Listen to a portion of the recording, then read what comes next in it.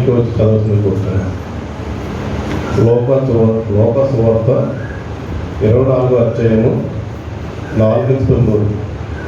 వీటి ఆధారంగా ఏర్పరచబడిన మొదటి వాక్య భాగము లూకా సువార్త 24వ అధ్యాయము 4-9. ఇద్దరు కూర్చి వారికి ఏమిలు తోచకపోయిండగా ప్రకాశమానమైన వస్త్రములు ధరించిన ఇద్దరు మనుషులు వారి యొద్ద నిలువబడిరి. వారు భయపడి ముఖములను నేల మోపి ఉండగా, వీరు సజీవుడైన వారిని మీరెందుకు మృదులలో వెతుకుచున్నారు?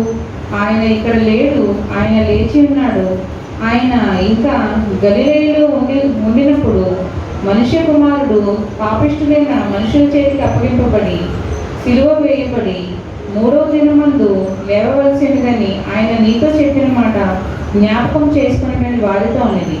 అప్పుడు వారు ఆయన మాటలు జ్ఞాపకం చేసుకొని సమాధి యొద్ద నుండి తిరిగి వెళ్ళి ఈ సంగతులన్నీ 11 శిష్యులకు తక్కిన వారికి అందరికీ తెలియజేసి దేవుడి చేత ప్రశ్న యోహాను 20వ అధ్యాయము 1-10 వరకు సరిత చదవాల్సింది కూర్చున్నాను. యోహాను సువార్త 20వ అధ్యాయం 1-10. ఆదివారమున ఇకను చీకటిగా ఉన్నప్పుడు మగ్దలేని మరియయు పెందలకాడ సమాధి యొద్దకు వచ్చి సమాధి మీద ఉండిన రాయి తీయబడి ఉండుట చూచెను. కనుక ఆమె పరిగెత్తుకుని సీమోను పేతురు వద్దకు యేసు ప్రేమించిన ఆ మరి యొక్క శిష్యుని యొద్దకు వచ్చి ప్రభువును సమాధిలో నుండి ఎత్తుకుని పోయేది. ఆయనను ఎక్కడ ఉంచిరో ఎరగమని చెప్పాను. కాబట్టి పేతురును ఆ శిష్యుడును బయలుదేరి సమాధి యొద్దకు వచ్చేది. వారిద్దరూ కూడి పరిగెత్తుచుండగా ఆ శిష్యుడు పేతురు కంటే త్వరగా పరిగెత్తి ముందుగా సమాధి యొద్దకు వచ్చి వంగి నాడబట్టలు పడి ఉండుట చూచెను. కానీ అతడు సమాధిలో ప్రవేశింపలేదు. అంతటా సీమోను పేతురు అతని వెంబడి వచ్చి సమాధిలో ప్రవేశించి నారబట్టలు పడియుటయు ఆయన తల రుమాలు నారబట్టల యొద్ద ఉండక వేరుగా ఒకట చోట చుట్టి పెట్టి ఉండుటయు చూచెను. అప్పుడు మొదట సమాధి యొద్దకు వచ్చి ఆ శిష్యుడు లోపలికి పోయి చూసి నమ్మెను. ఆయన మృతులలో నుండి లేచుట అగత్యమున్న లేఖనము వారి ఇంకను గ్రహింపరైరి. అంతటా ఆ శిష్యులు తిరిగి వారి యొద్దకు వెళ్ళిపోయారు. దేవుని పరిశుద్ధ నుంచి అందరూ లేచి నిలబడి ఆంధ్ర క్రైస్తవ క్రీస్తు 219 క్రీస్తు లేచిన హల్లెలూయా పాట పడుతున్నాను. క్రీస్తు లేచిన హల్లెలూయా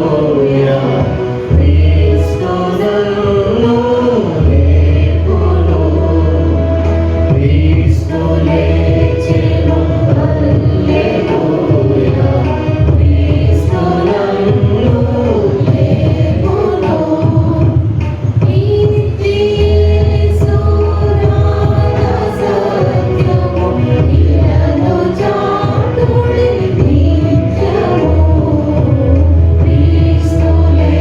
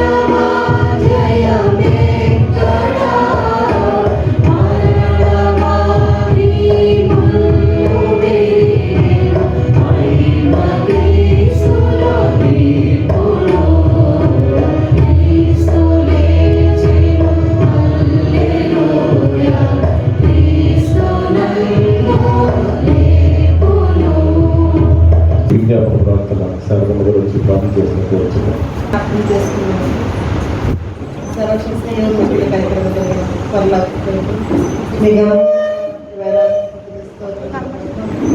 నిన్న నేను నిరంతరము ఏకరీతిలో దేవానికి ఉన్నాను. అద్భుతకరంగా ఆశ్చర్యకరంగా ఆలోచనకర్త నిత్యులకు తండ్రి సమాధానాధిపతి నీకు ఉన్నాడు ప్రభావం తండ్రి ఇదివరన్నా తండ్రి పరిశుద్ధుల ప్రభావాలైనా తండ్రి మేమందరం కూడుకొని ఆయన తండ్రులకడైనా తండ్రి మేమందరంలోకి రావడానికి సహాయం చేసిన దేవానికి వందనాలు తండ్రి. నేను గత కాలం నుంచి తండ్రి నేను ఎన్నోనైనా ఇరుకులు ఇబ్బందులు అయినా తండ్రి భయము అయినా తండ్రి కలవరు గలిబిలి ఉన్నటువంటి పరిస్థితుల నుంచి ప్రభావం మమ్మల్ని అందరినీ సంతోషంతో ప్రభావైనా ఈ సంవత్సరం కాలం అంటే నేను ఎక్కడైనా భద్రపరుచుకుని ప్రభావం తండ్రి నైనా తండ్రి మీ పునరుద్ధానం జరిగిన ప్రభావైనా మీ మందిరంలో వచ్చి నేను స్తుతించే బాధ్యతనైనా మా అందరికీ ఆయుష్ను ఆరోగ్యం దయచేసిన విధానాన్ని బట్టి స్తోత్రం చెల్లించుకున్నామయ్యా. గనుడా గొప్ప దేవుడా నీకు వందనములు ప్రభావం తండ్రి మా కోసమైనా తండ్రి నరరూపుగా ప్రభునైనా తండ్రి నైనా ఈ లోకంలోకైనా వచ్చి నేను మొదటి ఆదాయం చేసిన నేను తండ్రి పాపంలోకైనా కడపటి ఆదాయంగానైనా సిలువ ప్రాంతం రాలడినైనా 3వ దినాన ప్రభ లేచినైనా మృత్యుంజుడుగా లేచి ప్రభ తండ్రి మా పాపాలన్నింటినీ పరిహరించడానికి ప్రభ సిలువనైనా తండ్రి నీ బొమ్మలో వేసుకుని ప్రభ తండ్రి నైనా తండ్రి నువ్వు చూపించిన ప్రేమను బట్టి నీ పొందనాలి అయినా శాశ్వతం వరకు ప్రభునైనా తండ్రి నైనా రాబోయే తరముల వరకు ప్రభునైనా మా పాపాలన్నింటినీ తొలగించడానికి ప్రభునైనా నువ్వు చేసిన కార్యాన్ని బట్టి స్తోత్రం చెల్లించుకుంటానైనా తండ్రి ఇచ్చిన ప్రార్థన తప్పనంటే మన్నించమని అదే స్వామి పెట్టుకుంటున్నాను తండ్రి. వాస్తవంగా పాల్గొనవలసింది.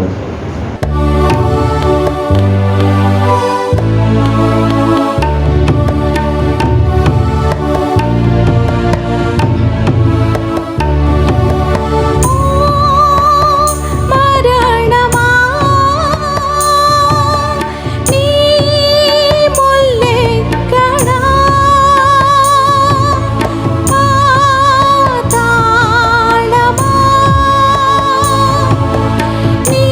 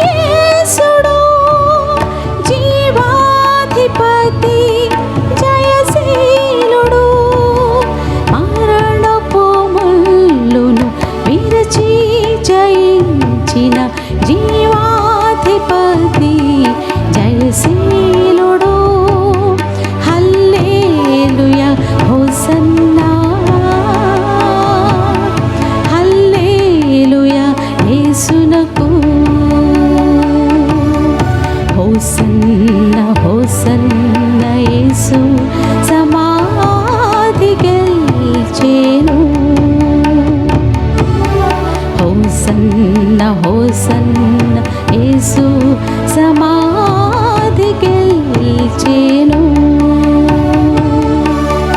హోసన్న హోసన్న యేసు సమాధి గెలిచెను. హోసన్న హోసన్న యేసు సమాధి గెలిచెను.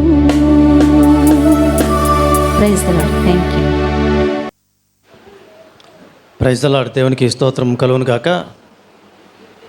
ప్రభునందు ప్రియమైన దేవుని బిడ్డలారా, మరి ఈ సమయంలో మరి చక్కగా ఈ యొక్క ఆరాధన నడిపించినటువంటి మన పెద్దలైన విజయ్ కుమార్ గారికి ప్రత్యేక వందనాలు తెలియజేస్తూ, మరి ఈరోజు మనకి ఈస్టర్ పర్వదినం ఒక ప్రాముఖ్యమైనటువంటి దినమైతే, అలాగే మరి ఈరోజు ఇంకొక ప్రత్యేకమైనటువంటి ఒక సందర్భాన్ని మనం చూస్తున్నాం. అక్కడ మీ అందరికీ తెలుసు, మరి ఈ రోజున ఇంత చక్కగా ఈ ముస్తాబైనటువంటి దీన్ని ఏమంటారండి, పుల్పీట్ అంటారు. మరి మందిరంలో ఖచ్చితంగా ఒక పుల్పీట్ అనేటువంటిది ఖచ్చితంగా ఉండాలి. అయితే ఉండాలి అయినప్పటికి కూడా దీని గురించి ఎప్పుడు కూడా ఆలోచన అయితే చేయలేదు. మరి గత కొద్ది రోజుల క్రితం దీన్ని ప్రస్తావించినటువంటి వాడు ప్రవీణ్, మన ప్రవీణ్, మన మత్తపర్తి ప్రవీణ్ దీన్ని ప్రస్తావించడం జరిగింది. మరి దేవుడు ఎలాగా మరి ప్రేరేపణ ఇచ్చాడో నాకైతే తెలియదు. నేను వ్యక్తిగతంగా అయితే నేను ఎప్పుడు ఎవరి దగ్గర కూడా ప్రస్తావించలేదు దీని విషయం. ఉంటే బాగుండు అనుకున్నాను, కానీ నేను ప్రార్థన అయితే చేస్తున్నాను అనగానే చేశాను. అది సంఘం నుంచే అది ఒక ఆలోచన రావాలి అని ఆలోచన అయితే కలిగి ఉన్నాను. మరి దేవుడు మరి ఆత్మ స్వరూపుడు, ఆత్మల ద్వారా మాట్లాడే దేవుడు కాబట్టి మరి మాట్లాడాడు. ఆ రోజు ప్రవీణ్ మాట్లాడినప్పుడు దాని గురించి పెద్దగా ఎవరు కూడా స్పందించలేదని నేను అనుకుంటాను. ఎందుకంటే దాని గురించి సరైన అవగాహన లేదు. ఒకవేళ ఇలాగా ఉంటుంది అనుకుంటే చాలా ఫాస్ట్గా స్పందించుంటారని నేను అనుకుంటున్నాను. మన పరిస్థితులను బట్టి కూడా నేను కూడా పెద్దగా స్పందించలేదు అని చెప్తున్నట్టు బి ఫ్రాంక్. మరి ఆ రోజు అనుకోకుండా మరి లింగాల రాణి గారు మరి వారు స్పందించినటువంటి విధానం చూసి నేను చాలా ఒక విధంగా అవాక్కయ్యానని చెప్పాలి నేను. సో మరి ఇంత చక్కటి పుల్పిట్ మరి సిద్ధం కావడానికి లింగాల రాణి గారు ముందుకు వచ్చినటువంటి విధానాన్ని బట్టి వారికి ప్రత్యేక వందనాలు తెలియజేస్తూ, అలాగే మరి ఈ పుల్పిట్ తయారు చేయించడంలో మన ప్రవీణ్ చాలా మంచి పాత్రను పోషించాడు. మరి సహోదరి మార్త వీరు కూడా కాస్త తోడ్పాటును అందించారు. మరి చక్కటి కళాకారుని కూడా ఏర్పాటు చేసి మరి చక్కగా ఇది రూపొందించబడడానికి మరి ప్రవీణ్ చేసిన కృషిని బట్టి ప్రవీణ్ ప్రత్యేకంగా నేను అభినందిస్తున్నాను. మరి ఈ సమయంలో నేను ముందుగా ఈ పుల్పిట్ మీదకి వెళ్ళే ముందుగా ఒక చిన్న ప్రార్థన చేయాలని ఆశపడుతున్నాను. దయచేసి లింగాల రాణి గారు వారి యొక్క కుటుంబం ఎవరైతే ఉన్నారో, సచివీరు రాలేదమ్మా, మీరు భవానీ రండమ్మా ముందుకి. మరి ఈ సమయంలో మన పెద్దలైనటువంటి మోజస్ గారు మరి వారు ప్రార్థన చేసినట్లయితే ప్రార్థన చేసుకుందాము. అత్యంత ప్రేమ స్వరూపి, పునరుద్ధానుడైన మా యేసు, మా తండ్రి, మా ప్రభువ, మీ పరిశుద్ధ నామమునకు, మీ శక్తిగల నామమునకు వేలాది స్తుతులు స్తోత్రములు. ప్రభువ, నిరాకరముగా ఉన్న ఈ యొక్క సృష్టి నుంచి తండ్రినైనా సమస్త విధమైన వాటిని మీరు సృష్టించి ప్రభువా, ఆనాడు మీరు ఘనపరచబడినట్లుగా మేము జ్ఞాపకం చేసుకుంటూ ఉన్నాము తండ్రి. ఇదిగోనైనా ఈ స్థలము ఇది అసలు ఏమవుతుంది, ఇది మందిరం ఇక్కడ కట్టబడుతుందా అనే ఆలోచనలు విరివిగా నాయనా మరి వ్యాప్తి చెందినప్పుడు మీ పరిశుద్ధ కార్యాన్ని ఇక్కడ జరిగించారు. మీరు ఇక్కడ నిలువబడ్డారు తండ్రి. సంఘమును బలముగా తండ్రి నాయన మీరు ముందుకు నడిపిస్తున్నారు. సంఘ బిడ్డలందరికీ తండ్రి నాయన వారికి తలాంతులు ఇచ్చి ప్రభువా ఒక సంఘ అభివృద్ధి చెందడానికి మీరు సహాయపడుతున్న విధానాన్ని బట్టి వందనాలు, స్తోత్రాలు. సంఘ బిడ్డలు ప్రతి ఒక్కరూ తండ్రి నాయన వారి తండ్రి నాయన మీరు ఇచ్చిన ఆలోచనలు బట్టి రకరకాల తండ్రి నాయన పరికరాలు, పనిముట్లు అనేక సంఘ క్షేమాభివృద్ధి కోసము, సంఘ పరిచర్య అభివృద్ధి చెందడానికి ప్రతి ఒక్కరి తోడ్పాటు తండ్రి నాయన ఎంతో అభినందనీయము. అట్టి ఆలోచనను, అట్టి తోడ్పాటును తండ్రి నాయన మీరు సహాయం చేస్తున్నందుకు వందనాలు. ఇదిగో తండ్రి, ఇప్పుడు తండ్రి నాయన మేము ఈ మందిరంలో తండ్రి నాయన మరి మీ పరిశుద్ధ సేవకుడు తండ్రి వాక్యం విత్తడానికి ఒక ప్రత్యేకమైన తండ్రి నాయన ఈ యొక్క పోడియం లేదా బలిపీఠం తండ్రి నాయన ఏర్పాటు చేయడానికి ముందుకు వచ్చిన కుటుంబాన్ని బట్టి తండ్రి నాయన మీ పాదములకు వందనాలు తెలియజేసుకుంటున్నాము తండ్రి. ఈ పరికరము తండ్రి దేవా మీ మహిమార్థమై వాడబడడానికి తండ్రి ఇక్కడ నుంచి తండ్రి నాయన చేయబడే తండ్రి నాయన ప్రతి ప్రసంగము తండ్రి నాయన ప్రతి వాక్యము తండ్రి అది విత్తబడి అభివృద్ధి చెంది ఫలించే వాక్యముగా తండ్రి నాయన సహాయం చేయమని, ఈ యొక్క పరికరాన్ని ఇచ్చిన తండ్రి ఆ యొక్క కుటుంబాన్ని తండ్రి నాయన నూరంతలుగా తండ్రి నాయన అభివృద్ధిపరచమని, ఈ సంఘమంతటిని దీవించి ఆశీర్వదించమని నజరేయుడైన యేసుక్రీస్తు పుణ్యనామమున అతి వినయముగా ఈ కొద్ది విన్నపములు వేడుకొంచున్నాం మా తండ్రి, ఆమేన్. Praise the lord. తండ్రి యొక్కయు కుమారుని యొక్కయు పరిశుద్ధాత్మని యొక్క నామంలో మరి దేవాది దేవుడు మనకు అనుగ్రహించినటువంటి ఈ యొక్క పుల్పిట్ మీదకి తన యొక్క దాసునిగా మరి తన యొక్క వర్తమానములు అందించుటకు దేవుడు ఏర్పాటు చేసినటువంటి ఈ పుల్పిట్ మీదకి వెళ్తున్నాను. దేవుడు మరి ఈ పుల్పిట్ కోసం ప్రయాసపడిన బిడ్డలను, ఇచ్చినట్టు బిడ్డలను బహుగా దీవించి ఆశీర్వదించి నడిపించుగాక. ఆమేన్.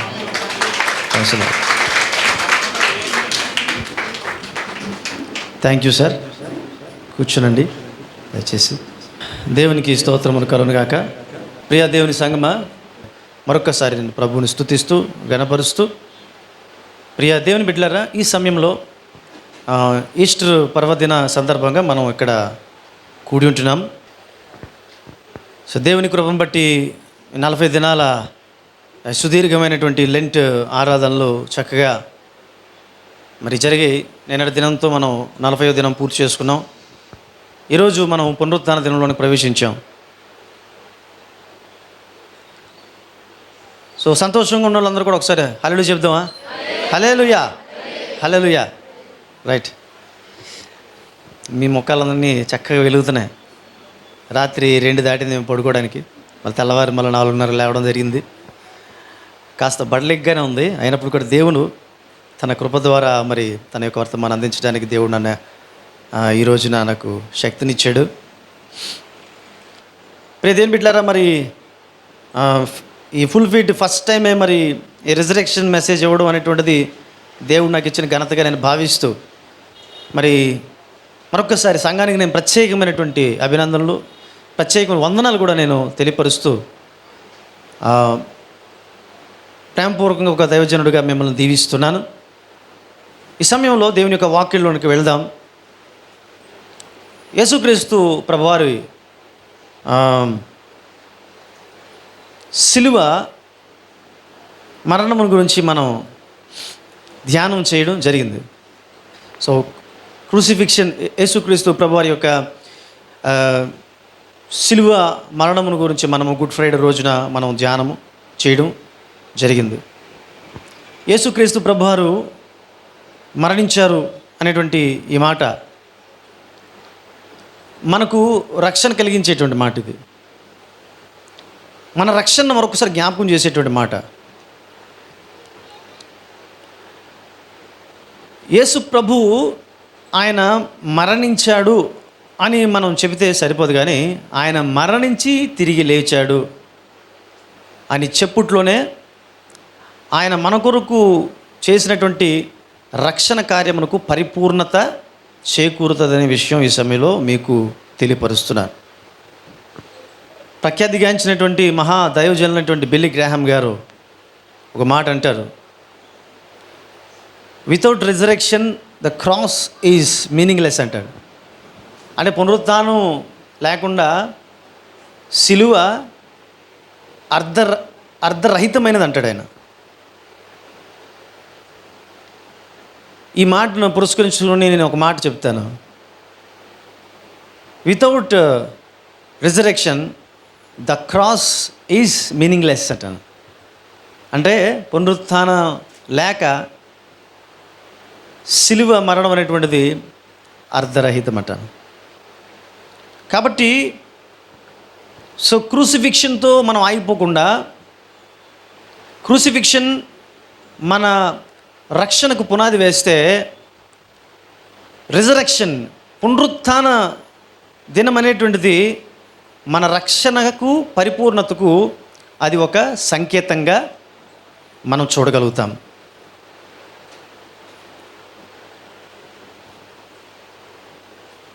జాన్ స్కాట్ అనేటువంటి ఒక దైవజనుడు అంటాడు, we live and die but Christ died and living అంటాడు.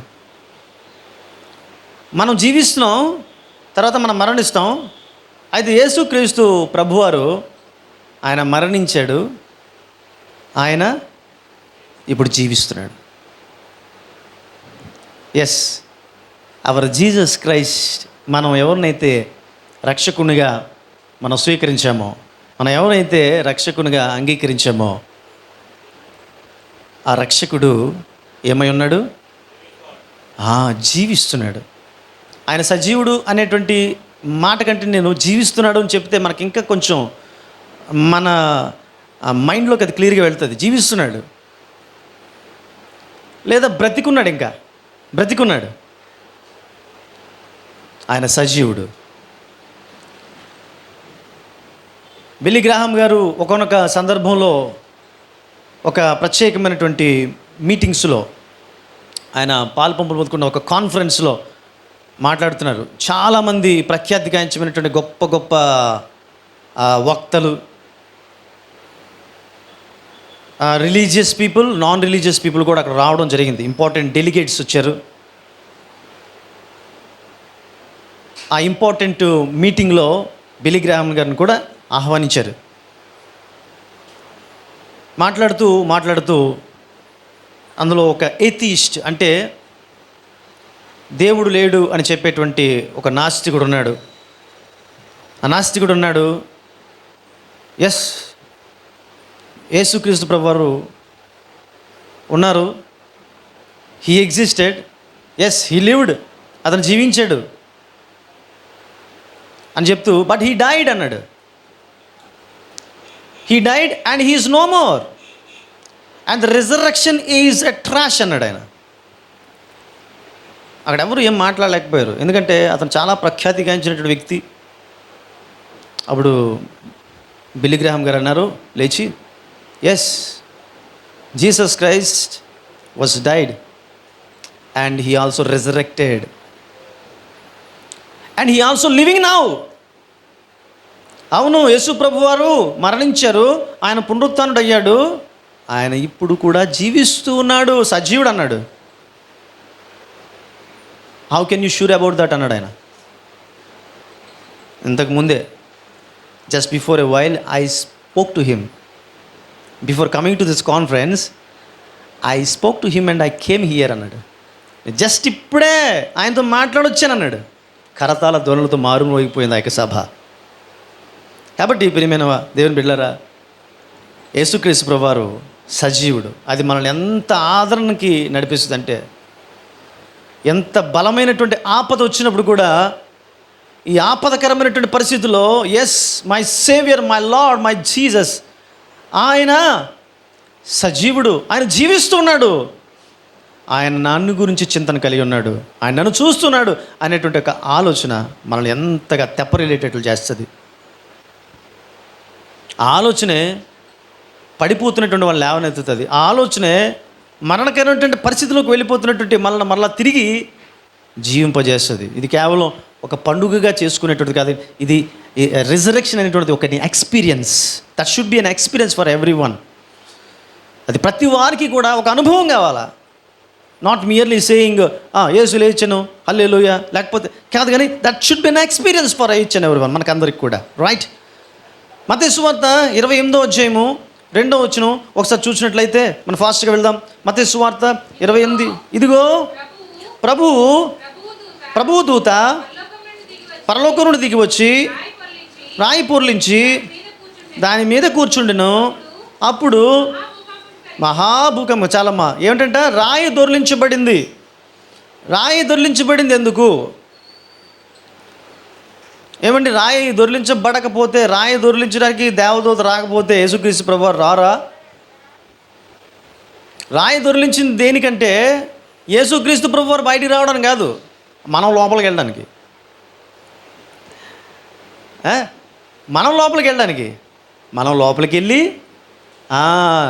ఆయన సజీవుడయ్యాడు అని మాట మన లోకమంతటా ప్రచురం చేయడం కోసం ఆ రాయి దొర్లించబడింది. యేసుక్రీస్తు ప్రభువారికి ఆయన రాయి దొర్లించకపోయినా ఆయన లేచి వెళ్ళిపోగలడు. ఆయన అది పెద్ద సమస్య ఏమీ కాదు. రాయిలో నుంచి రాగలడు ఆయన, అది పెద్ద సమస్య ఏమీ కాదు. ఎందుకంటే శిష్యులందరూ కూడా తలుపు మూసి ఉన్నప్పుడు యేసుక్రీస్తు ప్రభువారు లోపల ప్రవేశించారు. అవునా? కాబట్టి రాయి పొర్లించింది, బాబోయ్ రాయి పొర్లించకపోతే యేసుప్రభు అలాగే ఉండిపోతాడు పాపం అని మనమేమీ జాలి చూపించాల్సిన అవసరం లేదు.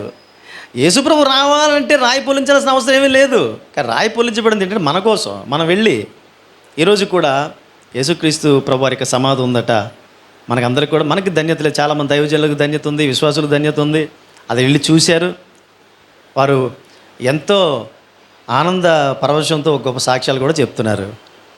ఈరోజు కూడా సమాధి ఒక నిదర్శనం, సాక్ష్యంగా ఈరోజు కూడా యెరూషలేం ప్రాంతంలో ఉన్నట్లుగా మనము చూస్తాం. ఆ ఖాళీ సమాధి యేసుక్రీస్తు ప్రభువారు సజీవుడు అనేటువంటిది నిరూపిస్తుంది.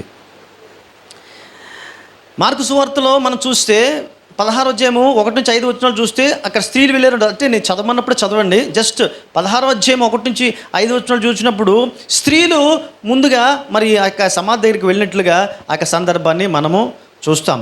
తర్వాత యోహాను సువార్త 20వ అధ్యాయము 3వ వచనం కానీ చూస్తే ఈ రిజరెక్షన్ గురించి చూసినప్పుడు మత్తయి సువార్తికుడు కావచ్చు, మార్కు సువార్తికుడు కావచ్చు, లూకా సువార్తికుడు కావచ్చు, యోహాను సువార్తికుడు, ఈ 4 సువార్తికులు కూడా ఈ పునరుత్థానం గురించి రాశారు.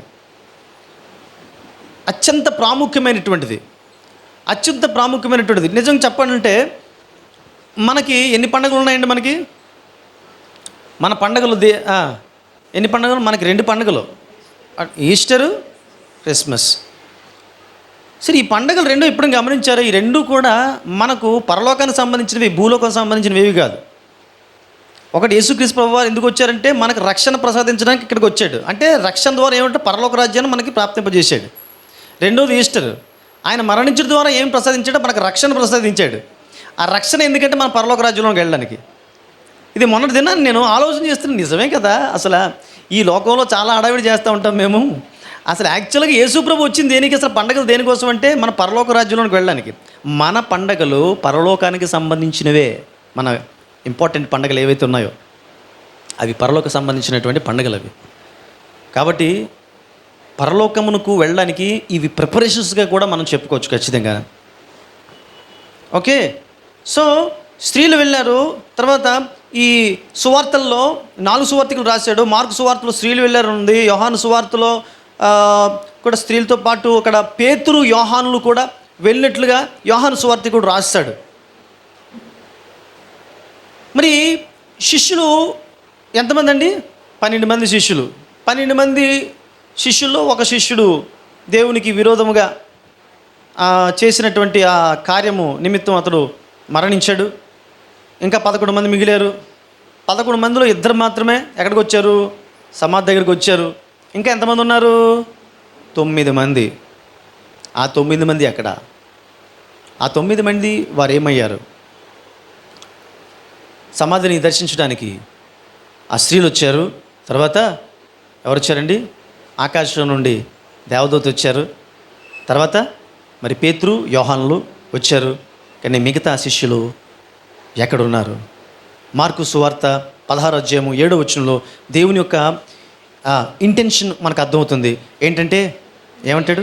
మీరు వెళ్ళి ఆయన మీకంటే ముందుగా గలిలయలోనికి వెళ్ళుచున్నాడని ఆయన మీతో చెప్పినట్లు అక్కడ మీరు ఆయనను చూతురనియు ఆయన శిష్యులతోనూ పేతురుతోనూ చెప్పబడెను. చెప్పుడేనను అంటే యేసుక్రీస్తు ప్రభువారు శిష్యుల్ని కలుసుకోవాలని ఆశపడుతున్నాడు. యేసు ప్రభువారు డైరెక్ట్గా శిష్యుల దగ్గరికి వెళ్లకుండా శిష్యులు ఆయన దగ్గరికి రావాలని కోరుకుంటున్నాడు. ఎందుకు అంటే యేసుక్రీస్తు ప్రభువారు వెళ్ళి కనబడ్డ కంటే శిష్యులు వచ్చారంటే వారి విశ్వాసం బలోపేతం అవుతుంది. ప్రభువారిని కలుసుకోవడానికి వీరు వెళ్ళలేకపోతున్నారు. వీళ్ళు యేసు ప్రభు వారి యొక్క ఆశ ఏమిటంటే వారు నన్ను చూడడానికి రావాలి, ఈ పునరుత్థాన సందేశాన్ని వారు కల్లారా వారు చూడాలి, ఈ పునరుత్థాన సంఘటన వారు చూడాలి, ఈ పునరుత్థాన సందేశం అనేక లోకమంతరికి కూడా వారు అందించాలి అనేటువంటి దేవుని యొక్క ఆశ. సో లోకా సువార్తలో 24వ అధ్యాయంలో 9వ వచనంలో మరి శిష్యులకు ఇలా తెలియపరచబడుతుంది. శిష్యులకు చెప్పాడని ఇక వార్త చెప్పడమని మరి దూత మరి మార్కు సువార్త 16వ అధ్యాయము 7వ వచనంలో తెలియపరిస్తే లోకా సువార్త 24వ అధ్యాయము 9వ వచనంలో శిష్యులకు ఒక నిమిషం అమ్మ శిష్యులకు నేను చదవమన్నప్పుడు చదవండి దయచేసి. శిష్యులకు తెలియజేసినట్లుగా మనము చూస్తాం. ఒకసారి ఇప్పుడు చదవండి అమ్మ. ఇప్పుడు సమాధి యొద్ద నుండి తిరిగి వెళ్ళి ఈ సంగతులన్నీ 11 శిష్యులకును తక్కిన వారందరికీ తెలియజేసే దేవునికి స్తోత్రం కలుగునుగాక. శిష్యులకు తెలియజేయడని దేవుడు చెప్పాడు. అయితే శిష్యులకు ఆ వార్త తెలియబడిందని లూకా సువార్తికుడు రాస్తున్నాడు. అయినప్పుడు కూడా వారి యొక్క జాడ కానరాలేదు. యేసుక్రీస్తు ప్రభువు ఒక్కనొక సందర్భంలో 10 మంది కుష్ఠరోగులను బాగు చేస్తారు కదా. ఆయన 10 మందిని కుష్ఠరోగులను బాగు చేస్తే తిరిగి కృతజ్ఞత చెల్లించడానికి, కృతజ్ఞత చెప్పడానికి ఒక్కడు మాత్రం వస్తాడు. అప్పుడు అంటాడు యేసుక్రీస్తు ప్రభువారు, wear were the rest of the 9? Only this one person came. Were all the 10 people were not cured out of the hazardous sickness? మరి మిగతా వాళ్ళందరూ ఏమైపోయారు అని అంటే అర్థం ఏంటంటే యేసుక్రీస్తు ప్రభువారు ఎక్స్పెక్ట్ చేశాడనమాట. అంటే he expected all the people to come over him and say thanks to him. But అక్కడ ఏం జరిగిందంటే వాళ్ళెవరు కూడా రాలేదు. ఒక్కడు మాత్రమే వచ్చినట్లుగా మనము చూస్తాం. సో యేసుక్రీస్తు ప్రభువారు అంటున్నాడు, వాళ్ళెక్కడ మరి యేసుక్రీస్తు ప్రభువారి యొక్క పునరుత్థానమును మనం ఎదుర్కోవడానికి మనం ఎక్కడున్నాం? యేసుక్రీస్తు ప్రభువారిని ఎదుర్కోవడానికి వెళ్ళినటువంటి ఆ యొక్క స్త్రీల యొక్క వర్గంలో మనం ఉన్నామా, లేకపోతే మరి యేసుక్రీస్తు ప్రభువారిని ఎదుర్కోవడానికి రాలేకపోయినటువంటి యొక్క శిష్య గణము వర్గంలో మనం ఉన్నామా అనేది మనము ఒకసారి ప్రశ్న వేసుకోవాల్సిన అవసరత మనకి ఉంది. సో ఈ 10 మంది కుష్ఠరోగులు ఎందుకు రాలేదంటే పని అయిపోయింది. It's over. దేవుడితో పని అయిపోయింది వాళ్ళకి. ఈరోజున పని అయిపోయినటువంటి క్రైస్తవులు చాలామంది ఉన్నారు.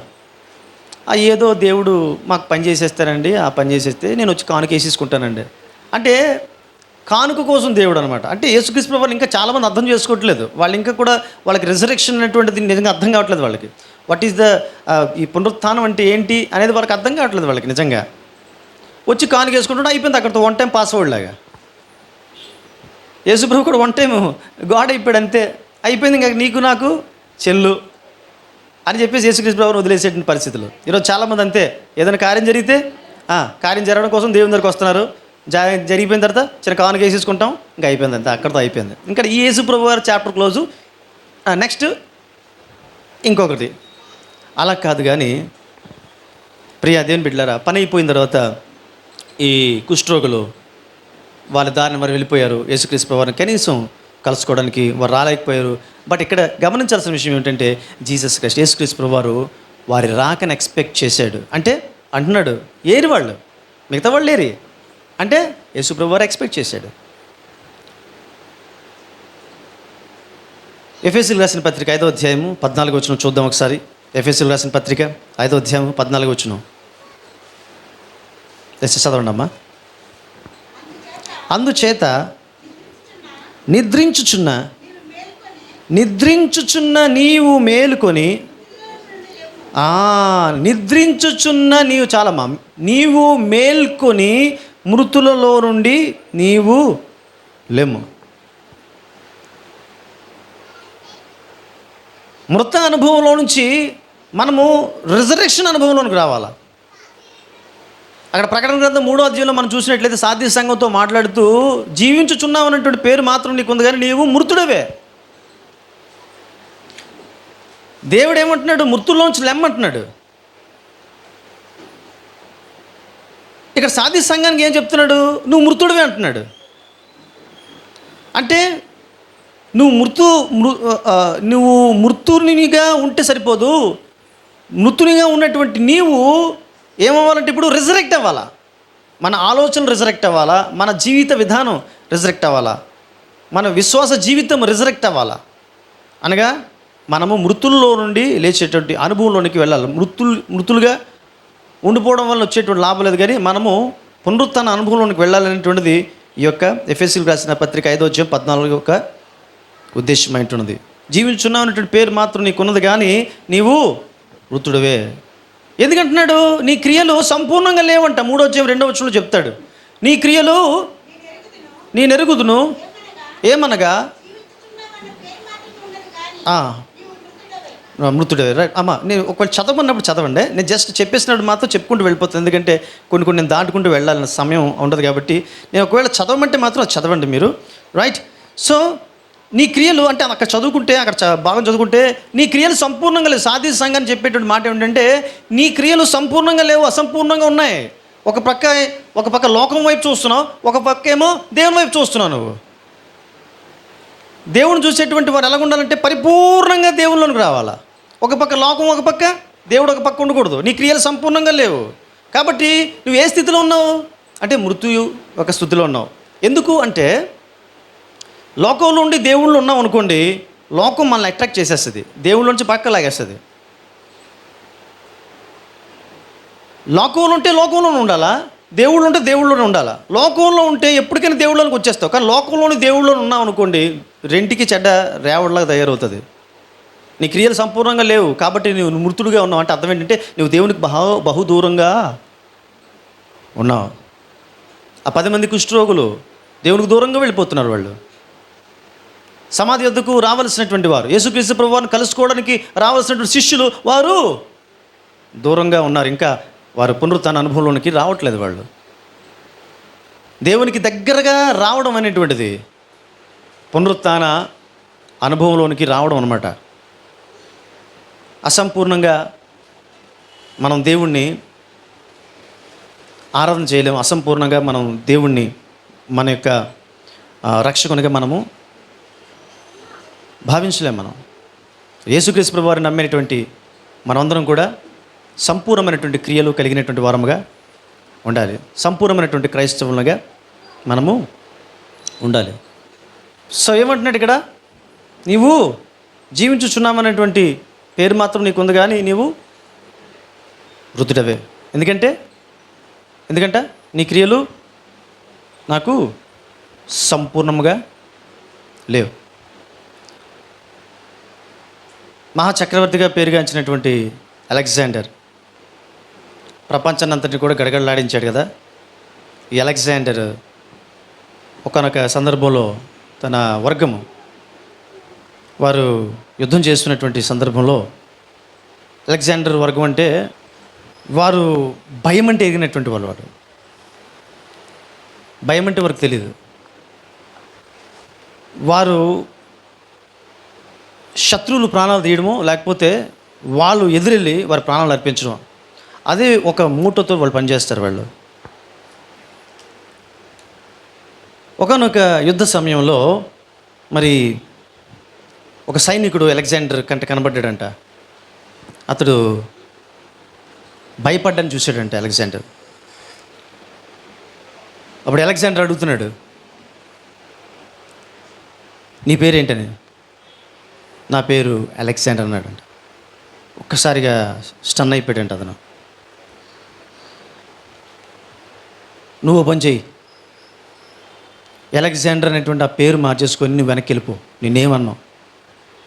లేదు ఆ పేరు కావాలంటావా, శత్రువులకు ఎదురెళ్ళి పోరాడని చెప్పాడు.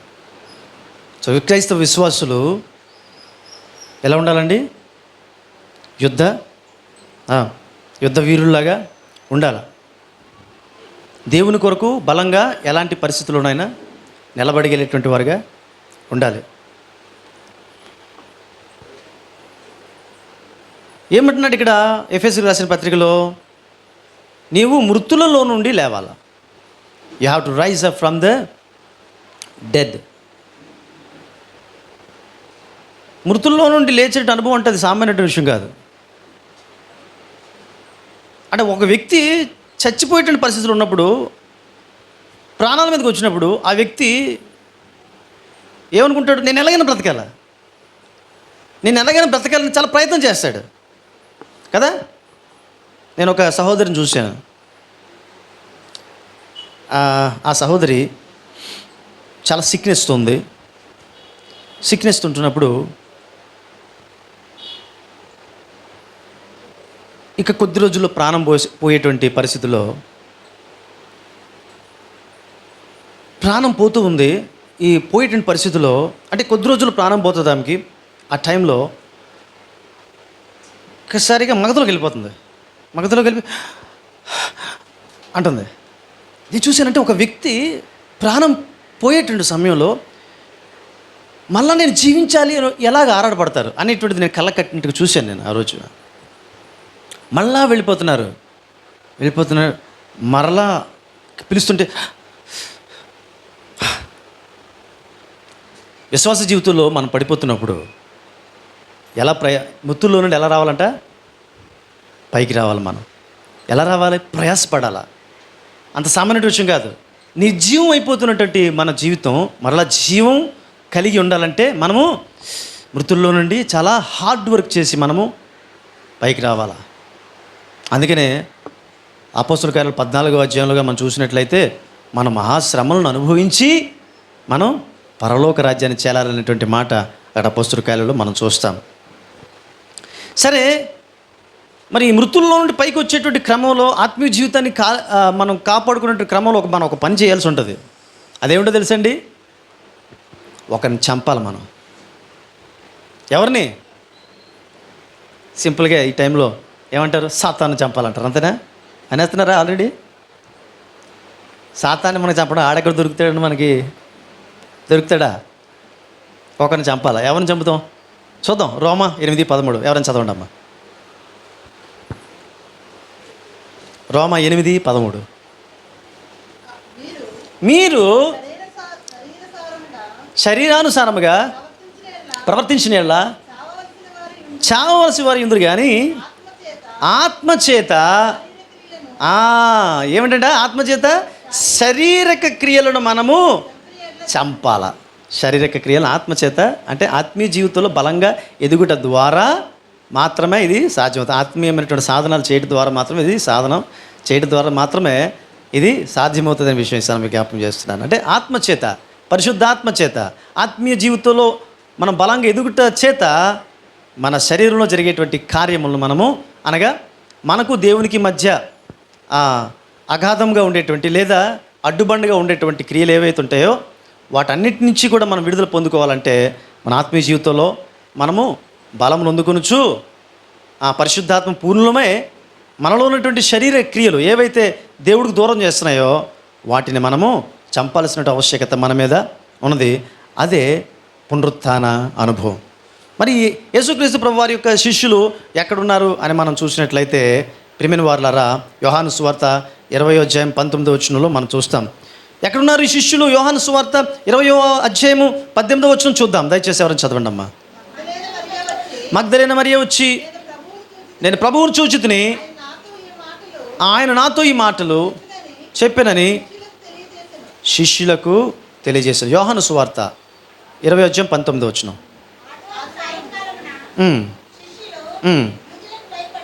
శిష్యులు యూదులకు భయపడి తాము కూడి ఉన్నటువంటి ఇంటి తలుపులు మూసుకొని ఎక్కడున్నారండి? Where were the disciples? They were inside a room shutting the doors. వాళ్ళు భయపడి, యూదులకు భయపడి వారు ఎక్కడున్నారు? ఎక్కడుండాలి వారు? వాళ్ళు ఎక్కడుండాలి? వాళ్ళు ఎక్కడుండాలి? వాళ్ళు ఎక్కడ ఉండాలండి ఈ టైంలో? సమాధి దగ్గరికి వెళ్ళాలి. యేసు ప్రభువు లేచాడు. ఆయన ఎక్కడైతే వెళ్ళాడో ఆయన ఎత్తుకుంటూ వెళ్ళాలి. ఎక్కడున్నారు వాళ్ళు? ఆదివారం చర్చికి వెళ్ళాల్సినటువంటి సమయంలో ఎక్కడున్నారు? పార్కులో. ఆదివారం చర్చికి వెళ్ళాల్సిన సమయంలో ఎక్కడున్నారు? వివాహంలో. ఆదివారం దేవుని సన్నిధికి వెళ్ళాల్సిన సమయంలో ఎక్కడున్నారు? కరెక్ట్, సమాధులు. బాగా చెప్పారు, బలగా. కొంతమంది సమాధుల పండుగ అంటారు. నిజంగా చెప్పాలంటే మరి సమాధుల పండుగని ఎవడు పెట్టాడు కానీ పేరు నాకు ఎంత మండుతుందంటే, సమాధుల పండుగ ఏంటండి ఇది? సమాధుల పండుగని పెట్టి నిజంగా మనుషులు ఇది సమాధుల పండుగ చేసేస్తున్నారు. సజీవుడైన యేసుక్రీస్తు ప్రభువు లేచినటువంటి పండుగ ఇది. అందుకనే తెల్లారి వెళ్ళిపోతారు. 2-3 రోజులు బాగా మందు కొట్టించిన వాళ్ళు కూడా ఏం చేస్తారంటే, వాళ్ళకి వాక్యం ఉండదు, ప్రార్థన ఉండదు, చర్చ్ ఉండదు. సమాధుల దగ్గరికి వెళ్ళి మాత్రం ముస్తాబు చేసేస్తారు. అమ్మా చచ్చిపోయావా, బతుకున్నప్పుడు ఎవడో చూడండి వీళ్ళని. ఇప్పుడు మాత్రం వెళ్ళిపోయి మళ్ళీ చొక్క వేయాలి. మళ్ళీ ఆ ఫీలింగ్ రావాలండి. మళ్ళీ కూడా సమాధి దగ్గరికి వెళ్ళిపోయి ముందు ఒక చొక్క వేసేసి సమాధి దగ్గరికి వెళ్ళి, అమ్మా చచ్చిపోయావా, అప్పుడే వెళ్ళిపోయావా, అమ్మా నేనేం చూశాను లేదు, ఇదిగోనమ్మా నీకు సమాధి ముస్తాబు చేస్తున్నానమ్మా. తెగ ముస్తాబులు చేసేస్తారు చర్చిలు ఎగ్గొట్టి మరి. దేని బిడ్డలరా అలాంటి నువ్వు చూస్తే ఎంత బాధ అనిపిస్తుంది అంటే, నిజంగా అంటే వాళ్ళ ఉద్దేశం ఒకటే, మేము చచ్చిపోతే సమాధి అయిపోతాము అంతే. మనవాళ్ళు కొంతమంది అంటారు, మా వాడు కిందన ఉన్నాడు, వీళ్ళ విశ్వాసం ఎక్కడుందో అక్కడ తెలిసిపోద్దు. పాపం మనం ఎక్కడున్నాం అంటే వాళ్ళు బాగానే ఉన్నారు, వాళ్ళు రెస్ట్ తీసుకుంటున్నారా? వాళ్ళు పరలోక రాజ్యానికి వెళ్ళిపోయి రెస్ట్ తీసుకుంటున్నారు. సమాధిలో ఉంది మనం. ఎందుకు? వాళ్ళు ఇంకా సమాధిలోనే ఉన్నారు అనే పాయింట్లోనే ఉన్నాం. సమాధిలో ఉన్నది భౌతిక కాయము, ఆత్మ దేవుని యొద్దకు వెళ్ళిందని ప్రసంగి గ్రంథకర్త చెప్పినట్లు ఆత్మ దేవుని దగ్గరికి వెళ్ళిందని నమ్మలేకపోతున్నాం మనం. అందుకని ఈస్టర్ పండుగ వచ్చేస్తే సమాధులు ముస్తాబు చేయడానికి మాత్రం తెగారడిపోతారు చాలామంది. తెల్లవారు వెళ్ళిపోతారు. తెల్లవారు దర్శించుకోవాల్సింది ఎవరనంటే వీళ్ళు ఎక్కడున్నారు? వీళ్ళు యేసు ప్రభుని దర్శించుకోవాల్సినటువంటి ఈ శిష్యులు ఎక్కడున్నారు? ఇంట్లో ఉన్నారు. అంటే ఇది మరణ అనుభవం. ఇది సజీవుడై ఉన్నాడు యేసు ప్రభు అని సంతోషంగా జయధ్వనులు చేయాల్సినటువంటి వీరు పిక్కు భయపడిపోతున్నారు వీళ్ళు. ఇదే మరణ అనుభవం. ఈ మరణ అనుభవంలో నుంచి మనం లేవాలన్నాడు దేవుడు. యేసు ప్రభు నిజంగా ఎదుర్కోవడానికి రావాలి మనం. This is the time to come out. ఈ 10 మంది కుష్ఠరోగుల విషయంలో మనం చూసిన విషయం ప్రకారం చూస్తే ఈ 9 మంది వాళ్ళు ఏమయ్యారు? వాళ్ళు వారి దారిని వారు వెళ్ళిపోయారు. But this is the time for them to come back. Right? నీ ఆధ్యాత్మిక జీవితంలో కానీ నువ్వు వెనుదిరిగిపోతున్నట్లయితే ఇది ఏ సమయం? మరలా నీవు ప్రభు యొద్దకు రావాల్సినటువంటి సమయం. యేసు ప్రభుని ఎదుర్కోవాల్సినటువంటి శిష్యులు ఎక్కడున్నారు? లోపల ఉన్నారు. కానీ వాళ్ళు ఎక్కడ ఉండాలా? They have to come out. Ecclesia సంఘం అంటే అర్థం ఏంటి తెలుసండి? ఎక్లెషియా అంటే అర్థం ఏంటంటే the one who are called out. బయటికి రావడానికి పిలువబడినటువంటి వారు అన్నమాట. అందుకనే ఎక్సోడస్ అంట కదా. ఎక్ అంటే బయటికి రావడం, ఎక్సోడస్ అంటే నిర్గమకాండం అంటాం కదా. ఎక్ అంటే come out. You have to come out of the Egypt. What for? In order to worship God. ఎందుకు బయటికి రావాలి? ఎక్ అంటే బయటికి రావడం. ఎక్లెషియా అంటే బయటికి వచ్చినటువంటి మనుషులు, బయటికి ప్రత్యేకంగా పిలువబడినటువంటి మనుషులు. ఎక్సోడస్ అంటే ఎక్ బయటికి రావాలా. బయటకు వచ్చి యేసుని ఎదుర్కోవలసినటువంటి వాళ్ళు ఎక్కడున్నారు? లోపల ఉన్నారు. పునరుత్థాన అనుభవంలోకి రావాల్సినటువంటి వారు యేసు పునరుత్థానుడు అయ్యాడు అనేటువంటి ఒక శుభకరమైనటువంటి సందేశాన్ని వారు అనేకులకు ప్రకటన చేయాల్సినటువంటి వాళ్ళు దాని వారే నమ్మకం ఎక్కడున్నారు? లోపల దాగుండిపోయి ఉండిపోయారు వీళ్ళు. సో దాగునే సమయం కాదు, but this is the time to come out, because we have been called by God in order to come out of all the filthy sicknesses. That is the resurrection experience. Jonathan Edwards అనేటువంటి మహా గొప్ప దైవజనుడు, అతను ఒకనొక కాన్ఫరెన్స్లో, పెద్ద మీటింగ్లో 800 మంది ఆ సభలో ఉన్నారు. ఆ సభలో ఓన్లీ పురుషులు మాత్రం పిలిచారు. ఆయన ప్రసంగిస్తున్నాడు, ఆత్మపూర్ణుడే ప్రసంగిస్తున్నప్పుడు ఒక సహోదరి తనకు ఒక చీటీ ఇచ్చింది. ఆ చీటీలో ఒక మాట రాసింది, అయ్యగారు, నా భర్త పరమ దుర్మార్గుడండి, నన్ను భయంకరంగా హింసిస్తున్నాడండి, చీటికి మాటికి అనుమానం అండి, చీటికి మాటికి నన్ను ఇబ్బంది పెడుతున్నాడండి, నా ఒంటి మీద కొట్టనేటువంటి దెబ్బ లేదండి, భయంకరమైన దుర్భాషలు ఆడుతున్నాడండి, నాతో పాటు నా ఇంటి వాళ్ళందరినీ కూడా దుర్భాషలు ఆడుతూ తిడుతున్నాడండి, నేను జీవించలేకపోతున్నానండి, నా కోసం ప్రార్థన చేయండి అని ఒక సహోదరి చీటీ రాసి పంపించింది. ఆ చీటీ చదివినటువంటి జోనథన్ ఎడ్వర్డ్స్ తన ప్రసంగాన్ని ఆపేసి, ఒక సహోదరి నాకు ఈ విధంగా రాసింది, ఒకవేళ తన భర్త కానీ ఒకవేళ ఇక్కడ ఉండి ఉండొచ్చేమో, ఈ స్థితిలో ఉన్నవాళ్ళు, నేను ఈ స్థితిని ఇంకా మర్చిపోతానంటే మానేస్తాను, నా జీవితాన్ని మార్చుకుంటాను అనుకున్న వాళ్ళు ఒకవేళ ఇక్కడ ఎవరైనా ఉంటే జస్ట్ లేచి నిలబడని చెప్తాడు. ఒక్కళ్ళు లేస్తాడు, ఇంకొకళ్ళు లేస్తాడు, ఇంకొకళ్ళు లేస్తాడు, ఇంకొకళ్ళు లేస్తాడు. ఎంతమంది ఉన్నారండి అక్కడ? 800 మంది ఉన్నారు. 300 మంది లేస్తారు. ఈ 300 మంది కూడా తమ భార్యలను హింసలు పెట్టిన వాళ్ళే. వీళ్ళందరూ కూడా ఏంటంట, they were called out of that deadly experiences. అంటే ఆ మృత అనుభవం నుంచి వారు బయటకు వచ్చేసారు వాళ్ళు. ఎడ్వర్డ్స్ గారు దేవుని స్తుతులు చెల్లించి, ఇకను మీ భార్యలను బాధ పెట్టవద్దు, మీ భార్యను సంతోషింపచేయండి అని చెప్పి వారి కోసం ప్రార్థన చేసి ఆశీర్వదించి పంపించాడు వారిని. ప్రియ దేవుని సంగమా, అరిమతయి అయినటువంటి యోసేపు, మనది బాగా తెలుసు కదండి. క్రూసిఫిక్షన్ అయిపోయిన తర్వాత యేసుక్రీస్తు ప్రభువారి శవాన్ని ఎవరు కూడా తీసుకువెళ్ళడానికి రారు. ఎందుకు తీసుకువెళ్ళడానికి రారు అంటే, అతను శిలువ మరణం అత్యంత భయంకరమైనటువంటి ఒక శాపగ్రస్తుడికి విధించబడినటువంటి మరణం ఆయనకు విధించబడింది మన కొరకు. యేసు ప్రభు అక్కడ ఆయన శవాన్ని తీసుకోవడానికి ఎవరు రారు. తర్వాత మరి సమాధులు కూడా అటువంటి వారికి ఇవ్వరు. అందుకనే అలా చనిపోయినటువంటి వాళ్ళ యొక్క శవాలు గెద్దలు అవి పీక్కుని తింటాయి అన్నమాట. అలాంటి అత్యంత భయంకరమైన పాశవికమైన పరిస్థితి. అలాంటి పరిస్థితిలో ఒక వ్యక్తి వచ్చాడు, అరిమతైన యోసేపు ముందుకు వచ్చి, ఆ శవాన్ని నాకు ఇప్పించండి అని చెప్పి పిలాతును బ్రతిమలాడతాడు. అది సన్హెడ్రిన్ సభలో ఒక ప్రాముఖ్యమైనటువంటి వ్యక్తి అరిమతైనటువంటి యోసేపు. నన్ను ఒక మాట చాలా ఆకర్షించింది. ఏమిటంటే మార్కు సువార్త 15:43 వచనం ఒకసారి చదవండి అమ్మా.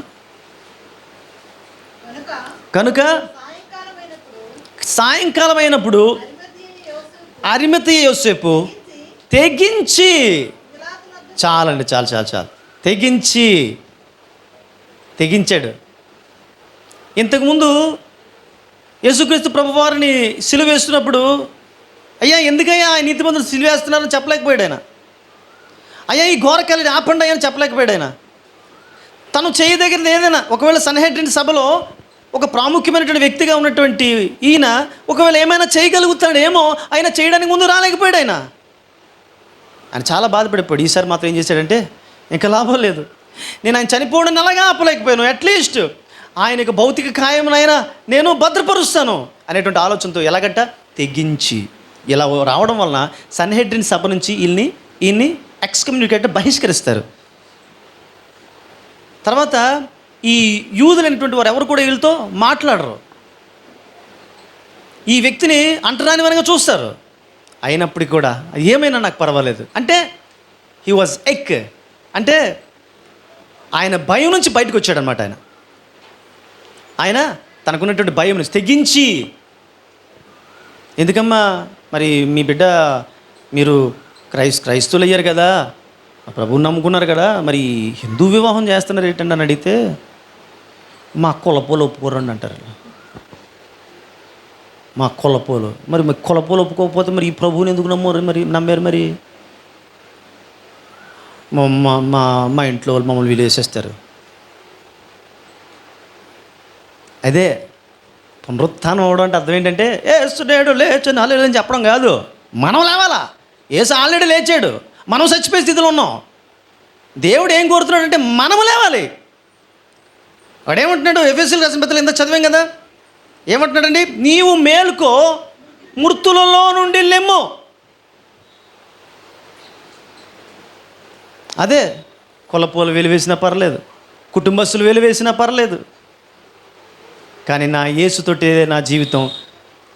నా యేసు ఏ విధంగా ఏ కార్యములు జరగాలని కోరుకుంటున్నాడో నేను ఆయన నమ్ముకున్నాను. ఇంకా ఆయనతోటిదే నా జీవితం. ఆయన ఎలా నడిపిస్తే అలాగే నేను నడుస్తాను. ఆయన ఎలా చేసుకోమంటే అలాగే చేసుకుంటాను, ఎలా ముందుకు వెళ్ళమంటే అలాగే ముందుకు వెళ్తాను. ఇది తెగించి. ఏం చేశాడు యోసేపు? తెగించి. ఎక్స్కమ్యూనికేట్ చేసేస్తారేమో, బయట తోలేస్తారేమో, నన్ను ఒకవేళ మళ్ళీ నన్ను కూడా రోమలకు అప్పగించేస్తారేమో, నన్ను కూడా సిలివేసేస్తారేమో, ఇలాంటివన్నీ ఆలోచన చేశాడు అనుకోండి. అరిమతి యోసేపు నాకెందుకు వచ్చిందిరా బాబు అనుకొని ఆయన కూడా వెళ్ళిపోయి ఉండేవాడు. అందరూ అలాగే వెళ్ళిపోతున్నారు, ఎవరికి వాళ్ళు పట్టించుకోవట్లేదు. కానీ యోసేపు ముందుకు వచ్చాడు తెగించి. ప్రియమైన దేవుని బిడ్డలారా, సో శిష్యులు వారు బయటకు వచ్చిన తర్వాత తెలియలేదు పునరుత్థాన అనుభవం ఎంత అద్భుతంగా ఉంటుందో. 10 మంది కుష్ఠరోగులు బాగుపడిన తర్వాత వాళ్ళు వెళ్ళిపోయారు, అమ్మ తగ్గిపోయింది లేరా బాబు అని. కానీ అక్కడ లోకసువార్తలు మనం చూస్తే యేసుక్రీస్తు ప్రభువారి దగ్గరికి వచ్చేటువంటి వాడు గంతులు వేసుకుంటూ సంతోషంతో వస్తాడు. వీళ్ళందరూ కూడా మాకు సిక్నెస్ తగ్గిపోతే చాలు అని 1 టైం పాస్వర్డ్ బ్యాచ్ అనమాట ఇదంతా. సో ఈయన గెంతులు వేసుకొని వచ్చింది దేనికంటే నా కుష్ఠరోగం పోయిందని కాదు, ఇంత మహా గొప్ప దేవుడు నాకు దొరికాడు అనే ఆలోచన దాన్ని బ్యాక్ వచ్చాడు. That is the resurrection experience. ఈరోజు ఏముంది, ఒక జబ్బు పోతే మళ్ళీ వస్తుంది, రేపు ఈరోజు పోతుందో వస్తుందో మరి పోతుంది, అది పెద్ద సమస్య కాదు. ఈరోజు డబ్బులు వెళ్ళిపోతే మళ్ళీ వస్తే పోతాయి, అది పెద్ద సమస్య కాదు. నాకు ఏ పరిస్థితిలోనైనా నాకు చాలిన దేవుడు ఉన్నాడు అనేటువంటి ఆనందం ఉంటుంది చూడండి. ఆ ఆనందాన్ని ఎవరు ఆపలేరు ఈ లోకంలో. That is the real resurrection life. వాళ్ళు సంతోషం చేస్తారు, వాళ్ళు సంతోషంతో ఆనందంగా ఉంటారు. పేతురు యోహాను చూశారు, దేవుని బట్టి వారు ఆనందంతో ఉన్నారు. ఆ స్త్రీలు దేవుణ్ణి ఎదుర్కోవడానికి వచ్చారు, వారి ఆనందానికి పట్టపగ్గాలు లేవు. కానీ బిక్కు అంటూ రూమ్లో ఉన్నటువంటి శిష్యులకు మాత్రం ఆనందం లేదు. తర్వాత కాలంలో కొన్ని ఇన్సిడెంట్స్ జరిగాయి, అది చెప్పుకోవడం సమయం ఉండదు. వాళ్ళు బయటకు వచ్చారు, యేసుక్రీస్తు ప్రభువుని చక్కగా సాగనంపారు ఆయన ఆరోహణలో. ఎప్పుడైతే బయటకు వచ్చి ఆయన ఆరోహణలో ఆయన సాగనంపారో ఆ భయం అనుభవం ఏమైపోయిందో తెలుసండి. చూడండి లోకసువార్త 24:52-53 ఒకసారి చదవండి అమ్మా. వారు ఆయనకు నమస్కారం చేసి మహానందంతో ఏమయ్యారండి? యెరూషలేమునకు తిరిగి వెళ్ళి ఆ ఎడతెగక దేవాలయములో ఉండి దేవుణ్ణి స్తోత్రము చేయుచుండిరి. ఇది ద రిజరెక్షన్ ఎక్స్పీరియన్స్ అన్నమాట. రైట్? యెహోవా యందు నమ్మిక ఉంచేటువంటి వారు ఎలాగుంటారంటే కదలక నిత్యము నిలుచు సియోను కొండవలే ఉంటారంట. వారు ఆ లోయలో బడి వెళ్తూ, అంటే బాధాకరమైనటువంటి దుఃఖకరమైనటువంటి ఆ లోయలో గుండా వెళ్తూ వారు దానిని ఏం చేస్తారంట? జలమయం చేస్తారు. వారు సంతోషంతో ఆనందంతో దేవుణ్ణి మయంపరుస్తారు. ప్రియమైన దేవుని బిడ్డలారా, ఈ 3 విషయాలు మనం చూసాం. ఏంటంటే ఒకటి కుష్ఠరోగులు, 10 మంది కుష్ఠరోగులు. వాళ్ళు ఒక్కడొచ్చాడు, కానీ 9 మంది ఏమయ్యారు? రాలేదు. దేవుడు ఏం కోరుతున్నాడు? Come back. దేవుడితో ఉన్నావు, దేవుని యొక్క కార్యాలు చేస్తున్నావు, దేవుని యొక్క కార్యాలు చూసావు, కానీ నువ్వు దేవునికి దూరం అయిపోతున్నావు. అయితే దేవుడు ఏమంటున్నాడు? మృతుల్లో లే అంటున్నాడు. నువ్వు మృతుల్లో లేవాలంటే ఏమవ్వాలా? కమ్ బ్యాక్, దేవుని యొద్దకు రావాలి. సాధ్య సంఘానికి చెప్తున్నాడు, నువ్వు క్రియలు చేస్తున్నావు, మంచి క్రియలు చేస్తున్నావు, మంచిదే. కానీ నీ క్రియలు సంపూర్ణంగా లేవు, అసంపూర్ణంగా ఉన్నావు. దానివల్ల నువ్వేమైపోతున్నావు అంటే నీలో ఉన్నటువంటి లోకానుసారమైన క్రియలు నిన్ను మృతునిగా చేస్తున్నాయి. అందుకే నువ్వు మనిషి అయితే జీవిస్తున్నావు కానీ నువ్వు సచ్చినోళ్ళలాగే ఉన్నావు. అయితే నువ్వు ఇప్పుడు ఏమవ్వాలా? మృతుల్లో నుండి లేవాలా. అంటే అసంపూర్ణంగా ఉన్నటువంటి నీ క్రియలు సంపూర్ణం కావాలా. ఓకే. ఇక మూడోది, శిష్యులు. యేసుక్రీస్తు ప్రభువుని ఎదుర్కోవలసినటువంటి శిష్యులు ఎక్కడున్నారు? గదిలో ఉన్నారు. వాళ్ళు ఎక్కడికి రావాలా? బయటికి రావాలా. They have to come out. They have to come out of all the alcoholic habits. వారు స్త్రీకాంక్ష నుంచి బయటికి రావాలా. వారు త్రాగుడు నుంచి బయటికి రావాలా. వారు వడ్డీల నుండి బయటకు రావాలా. ధన వ్యామోహం నుండి బయటకు రావాలా. పాపపు వ్యామోహం నుండి బయటికి రావాలి. అది రిజరెక్షన్ యొక్క అనుభవం. దయచేసి సంఘం ఒకసారి లేచి నిల్చునండి. You have to feel the real experience of resurrection.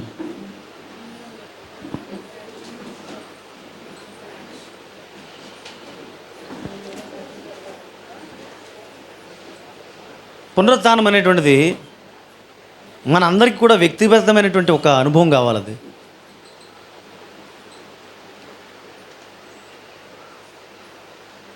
Come back, complete, come out. దేవునికి దూరంగా వెళ్ళిపోయినట్లయితే వచ్చాయి దేవుని యొద్దకు మళ్ళా. నీ క్రియలు అసంపూర్ణంగా ఉన్నట్లయితే కంప్లీట్ కావాలి అవి. ఒకవేళ ఏ యొక్క పాపపు ఆలోచనలు అలవాట్లలో ఉండిపోయావో ఆ అలవాట్లు ఆలోచనల నుంచి నువ్వు బయటికి రావాలా. So then you feel the resurrection experience. ఆ కుష్ఠరోగుల్లో ఒకడు ఆనందంతో యేసు ప్రభువుని ఆరాధన చేయడానికి వచ్చాడు.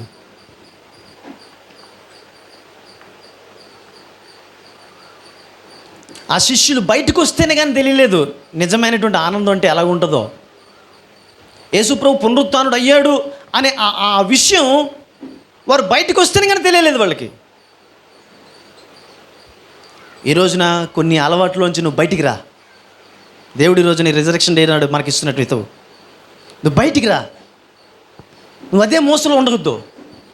అలాగైతే నేను జీవిస్తాను, అలాగైతే నేను బ్రతుకుతాను, ఆమె లేకపోతే నేను చచ్చిపోతాను, ఆ వ్యక్తి లేకపోతే నేను ప్రాణం తీసుకుంటాను, అందులోంచి బయటరా. నువ్వు రాలేకపోతావా? నువ్వు మృతుడవే జీవించుచున్నావు అనే పేరు మాత్రం నీకు ఉంటుంది. నువ్వు ఎప్పుడైతే బయటకు వస్తావో నిజమైన లైఫ్ ఏంటో దేవుడు చూపిస్తాడు. నువ్వు ఏ మోసంలో అయితే ఉన్నావో నిన్ను నువ్వు మోసం చేసుకోవద్దు. దేవుడు ఈ రోజున ఈ రిజరెక్షన్ డే నాడు దేవుడు మనకిస్తున్నట్టు పిలుపు ఏంటంటే you come back and come out and let your deeds be full and complete, so then you feel the resurrection experience. ప్రార్థన చేసుకుందాం. హల్లెలూయా. సర్వశక్తిమంతుడా నేను స్తుతిస్తూ కనపరుస్తున్నాను. మాకు ఇచ్చిన ఈ దివ్యమైనటువంటి వాక్యం బట్టి నీకు వందనాలు, స్తోత్రాలు చెల్లిస్తున్నాం. ప్రభువా, నీవు పునరుత్థానుడు అయ్యావు అనేటువంటి విషయం మమ్మల్ని ఎంతగానో సంతోషపరిచేటువంటి విషయం. ఎందుకంటే ఇది మాకు వ్యక్తిగతమైన విషయం. చాలామంది ఒక సార్వత్రికంగా చూస్తున్నారు. ఇది ఒక సంఘానికి సంబంధించినటువంటిది, ఒక సమూహానికి సంబంధించినటువంటిది అనే ఆలోచనతో నలుగురితో పాడేస్తున్నాం. కాదు, ఇది నా వ్యక్తిగతమైన జీవితానికి సంబంధించినటువంటి గొప్ప అద్భుతమైనటువంటి విషయం. ఆయన నా దేవుడు, ఆయన సజీవుడు అయ్యాడు. ఆయన మృతుడునైతే ఇదిగో యుగ యుగములకు సజీవుడై ఉన్నాను అని చెప్తున్నా. ప్రభువా, యేసే తండ్రి, ఆయన సజీవుడు అయినటువంటి దేవాదేవుడిని నేను ఆరాధించుకోవడానికి మేము వచ్చున్నాం. ఈ సమయంలో ప్రభువా, ఈస్టర్ పర్వదినమున ఎవరైతే బిడ్డలు ఇంకా ఏమైతే వదులుకోలేకుండా వారు అనుకున్నటువంటి ఆ పాత మోసలోనే ఉన్నారో ఆ మోసంలో నుంచి బయటికి రావడానికి సహాయం చేయనన్న ప్రభువా. ఎవరైతే నీకు దగ్గరగా ఉంటూ ఈ లోక ఆశల కారణం చేత నీకు దూరం అయిపోతున్నారో వారు మళ్ళా తిరిగి నీ యొద్దకు రావడానికి నువ్వు సహాయం దయచేయండి. ఎవరైతే నాయన ప్రభువా ఒక ప్రక్క నీ పనులు చేస్తూ ఇతర లోక సంబంధమైనటువంటి సంతోషంలో కూడా మునిగి తేలిపోతున్నటువంటి వాళ్ళు ఆ మృత అనుభవంలో నుంచి ఈ లోక సంబంధమైనటువంటి విషయాలను విడిచిపెట్టి దేవుళ్ళలోనికి పరిపూర్ణంగా కూడా రావడానికి సహాయం దయచేయండి. సమస్త ఘనత మహిమ ప్రభావాలు పొందుకుని మనం వేడుకుంటాం. ఈ వాక్యం విన్న ప్రతి బిడ్డలకు గొప్ప ఆశీర్వాదం కలుగుచేయమని సమస్త ఘనత మహిమ ప్రభావాలు నీవే పొందుకుని నజరేయుడగు యేసు నామములో మిక్కిలి వినతో ప్రార్థన అడిగి వేడుచున్నాం తండ్రి. ఆమేన్.